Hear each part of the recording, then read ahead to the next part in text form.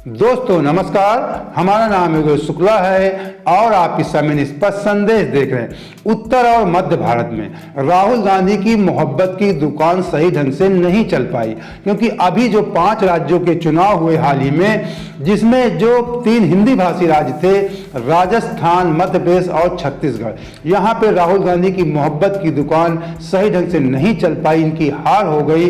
वहीं दक्षिण भारत में तेलंगाना में राहुल गांधी की मोहब्बत की दुकान बहुत अच्छे से चली, वहां पे उनकी अच्छी जीत हुई।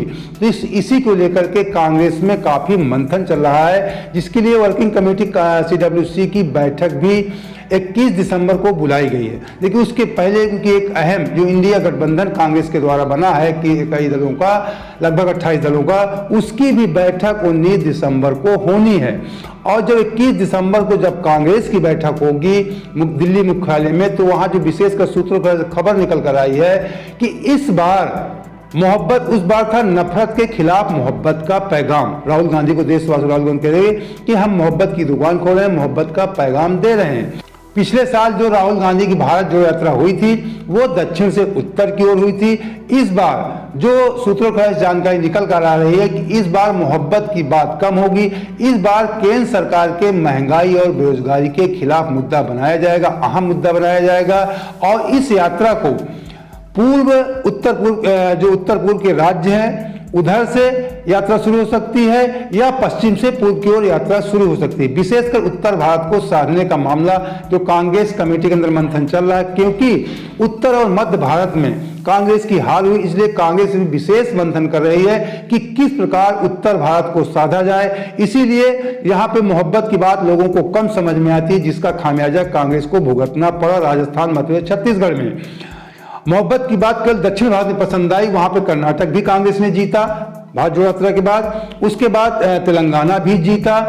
लेकिन अब यहाँ पे महंगाई और बेरोजगारी का मुद्दा कांग्रेस जबरदस्त ढंग से उठाने वाली, इसको मुद्दा बनाएगी कांग्रेस लोकसभा चुनाव में। हकीकत में आप भी महसूस करते हैं, हम भी महसूस करते हैं, बेरोजगारी का मुद्दा देश में बहुत ज्यादा अहम है, महंगाई का भी मुद्दा बहुत ज्यादा है। इसी महंगाई की वजह से चाहे मजदूर, किसान, कोई जिनकी भी है, जो भी कोई कार्य कर रहे हैं, उनकी बचत आमदनी कम हो गई है। किसान मेहनत करता है खेत में, लागत उसकी बहुत ज्यादा आती है, डीजल महंगा और खाद महंगी होने की वजह से, लेकिन उसको बचत नहीं हो पाती है।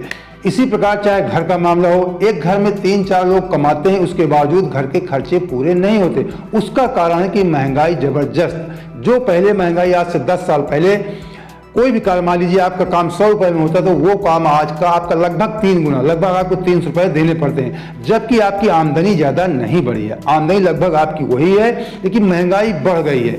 तो इसी मुद्दे को लेकर के अब बेरोजगारी भी बढ़ गई। तो पिछले ही चुनाव में जो आंकड़े निकल कर आए थे, सरकार ने दबवा दिया था कि 2019 में, लेकिन लोकसभा चुनाव के बाद आगे सरकार ने जारी करवाया था कि देश ने 45 साल का रिकॉर्ड तोड़ दिया था 19 में। अब तो 50 साल का रिकॉर्ड टूट चुका है बेरोजगारी का। तो बेरोजगारी और महंगाई, इसको लेकर के उत्तर भारत वासियों को कांग्रेस जगाने का काम करने जा रही है।